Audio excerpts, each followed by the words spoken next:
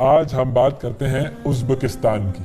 ہم نے بہت سلیکشن کی کوئی خاص وجہ تھی یا ویسے ہی؟ اچھا، سلیکشن کی وجہ کوئی ایسی خاص تو نہیں تھی، لیکن یہ جتنے بھی ممالک ہیں، ترکمانستان، ازبکستان، جتنے بھی یہ تان والے ممالک ہیں، تاجکستان والے، پاکستان افغانستان تو ایک الگ وہ پٹی پر ہے نا. یہ سارے ترکمانستان، آذربائیجان، ترکمانستان، یہ سارے وہ ہیں جو رشیا سے نکلے ہوئے ممالک ہیں. تو میں نے سوچا کہ آج یہاں پر دیکھا جائے کہ یہاں کی کیا ہسٹری ہے.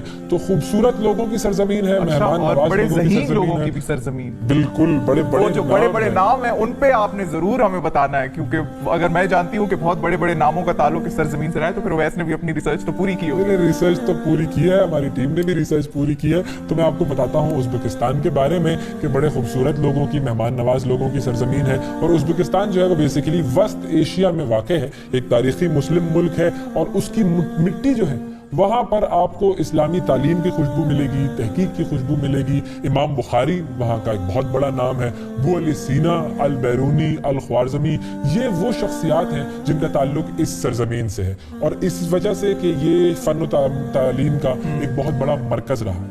کوئی تقریباً 20,700 سال قبل ایرانیوں نے یہاں پر ندی نالوں پر آبپاشی شروع کی، جس کی وجہ سے سمرقند اور بخارا جیسے شہر آباد ہونا شروع ہوئے. یہ 20,700 سال پہلے کی بات ہے. اس کے بعد یہ جو شہر ہے، یہ جو جگہ ہیں، یہ اپنے محل و وقوع کی وجہ سے یہ علاقے جلدی سے آباد ہونا شروع ہو گئے.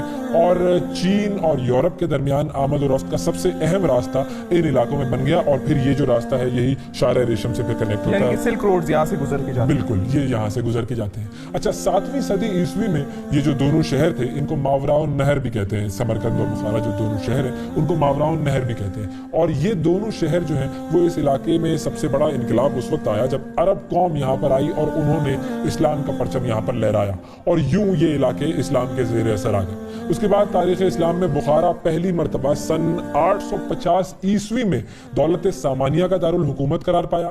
اور سامانی جو قوم تھی، اس کے دور عروج میں یہ شہر اسلامی دنیا میں علم کا ایک گہوارہ بنا، ادب کا ایک مرکز بنا، اور یہ اس کی بہت زیادہ شہرت ہوئی. بالکل. اچھا، اس کے بعد یہاں پر مساجد قائم ہونا شروع ہوئی، مدرسے قائم ہونا شروع ہوئے، بڑی تعداد میں یہ تعمیرات وہاں پر ہوئی. اور مسلم تاریخ کے جو لوگ جن کے ابھی ہم نے نام لیے، ان کے بارے میں بتاتا ہوں میں آپ کو. سب سے پہلے امام بخاری کا نام، جن کی بخاری شریف جو ہے وہ ہم سب پڑھتے ہیں. امام بخاری کے بارے میں کہتے ہیں کہ انہیں 5 لاکھ احادیث زبانی یاد تھی اور سند کے ساتھ یاد تھی. تو اس طرح کا حافظہ، مطلب اللہ تعالیٰ نے انہیں بہت زبردست حافظے سے نوازا تھا. تو امام بخاری نے صحیح بخاری کی تالیف کی، ان کا تعلق اس جگہ سے تھا. پھر اس کے علاوہ دنیا اسلام کے ممتاز ترین جو طبیب گزرے ہیں، ابو علی سینا فلسفر بھی تھے، لیکن جو ان کی مین وجہ شہرت ہے وہ طب تھی. ابو علی سینا کا تعلق وہاں سے تھا، بخارا میں پیدا ہوئے تھے وہ.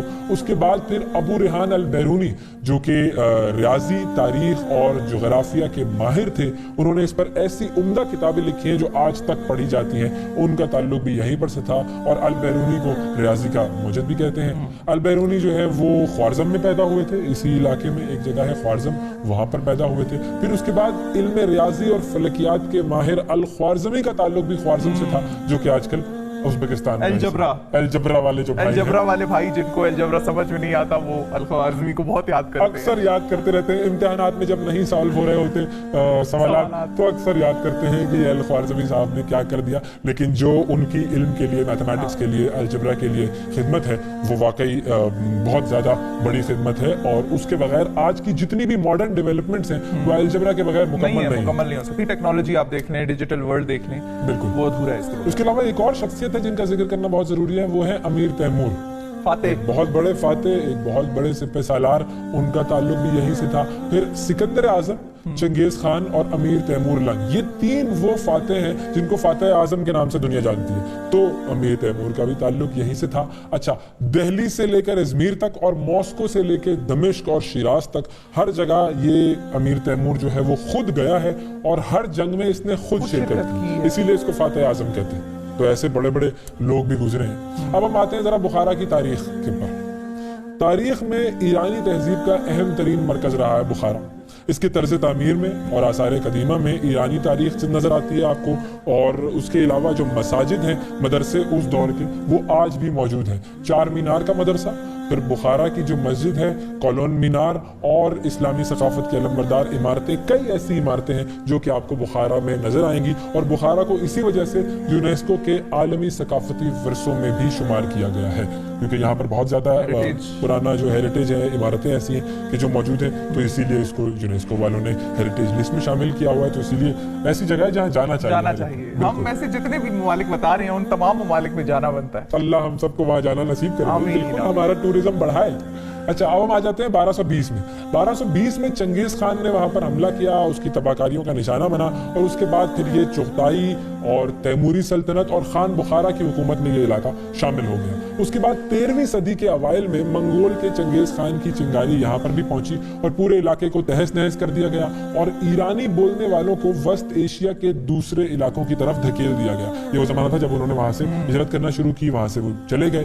امیر تیمور کے زمانے میں یہ جو شہر تھے ماوراء النہر، جن کا میں نے نام بتایا تھا آپ کو، ماوراء النہر نے پھر سے پھلنا پھولنا شروع کیا، اور اس بار جو مرکز تھا وہ بخارا کے بجائے سمرقند بن گیا تھا۔ وہ بھی بڑا ایک ایسا تاریخی شہر ہے۔ اب سمرقند جو ہے وہ دوسرا سب سے بڑا شہر ہے اور صوبہ سمرقند کا دارالحکومت ہے، اور بخارا کی طرح سمرقند بھی زمانہ قدیم سے چین اور مغرب کے درمیان شاہراہ ریشم کے وسط میں واقع اسلامی تعلیم اور تحقیق کا مرکز جو ہے اس کے طور پر یہ جانا جائے۔ بالکل، سمرقند کے اندر بھی بہت سارے ایسے مدارس تھے جو کہ مساجد تھی جو کہ تعلیم کے حوالے سے بہت مشہور تھی، اور آج بھی شہر میں واقع مسجد ہے بی بی خانم مسجد، اس کی اہم ترین عمارتوں میں شمار ہوتا ہے۔ بڑی تاریخی مسجد ہے وہاں کی، اور اسے ضرور جو ہے وہ دیکھنا چاہیے، اس کے بارے میں پڑھنا چاہیے۔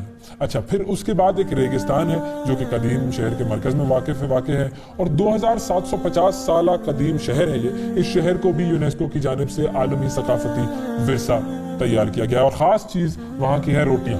اچھا، بالکل، روٹی دیکھیں، روٹی بڑی اہم چیز ہوتی ہے، دنیا کا ہر کام روٹی کے لیے ہو رہا ہوتا ہے، تو سمرقند کی روٹیاں بڑی مشہور ہیں، اور یہاں آنے والے جتنے بھی ٹورسٹ ہیں وہ سب یہ روٹیاں خریدتے ہیں، اپنے اپنے ملک بھی لے کر جاتے ہیں۔ بڑی لمبی سی ایک الگ طرح کی وہ روٹیاں ہوتی ہیں، تو وہ روٹیاں بتایا اور تحفہ لے کر جاتے ہیں وہ اپنے ملکوں میں۔ دیکھیں کتنی کوئی زبردست روٹی بنائی ہے انہوں نے، یہ بنتے ہوئے اس کے کچھ ویژولز بھی نظر آ رہے ہیں جی۔ اچھا، پھر ہم آ جاتے ہیں 19ویں صدی کے اوائل میں۔ اس وقت تک جو 3 ازبک قبائل تھے، وہ ایک ان کا نام تھا خانیت بخارا، ایک کا نام تھا خانیت خیوا، اور ایک کا نام تھا خانیت خاقند۔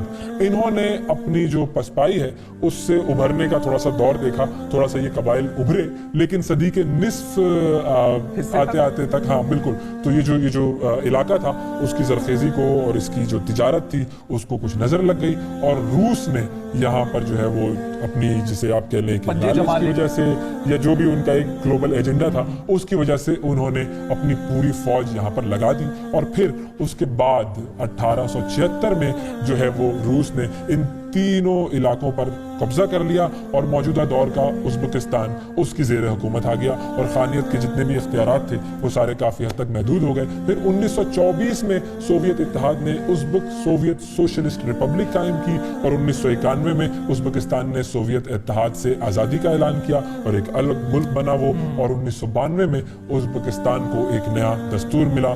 تاشکند جو ہے وہ ازبکستان کا دارالحکومت ہے اور سب سے بڑا شہر ہے۔ آج کل اگر ہم اس کی آبادی کی بات کریں تو کوئی تقریباً 3,27,50,000 کے قریب اس کی آبادی ہے جو کہ لوگ وہاں پر رہتے ہیں، اور جس میں سے کوئی تقریباً 78% ازبک جو ہیں وہ مسلمان ہیں۔ پھر اس کے بعد 4% جو ہے وہ 78% لوگ جو ہیں وہ ازبک ہیں، ازبک نسل سے تعلق رکھتے ہیں، 4.7% لوگ جو ہیں وہ تاجک ہیں، اور باقی 17% جو ہے وہ دوسری نسلوں کے لوگ ہیں جو کہ وہاں پر آ کر آباد ہوئے ہیں، اور اس ملک کی 87% آبادی جو ہے وہ مسلمان ہے۔ بالکل 87% لوگ وہاں پر مسلمان ہیں، اور عبداللہ اریپوف جو نام ہے وہ ازبکستان کے وزیر اعظم کا ہے، اور آج کل جو ہے وہ وہاں کے وزیر اعظم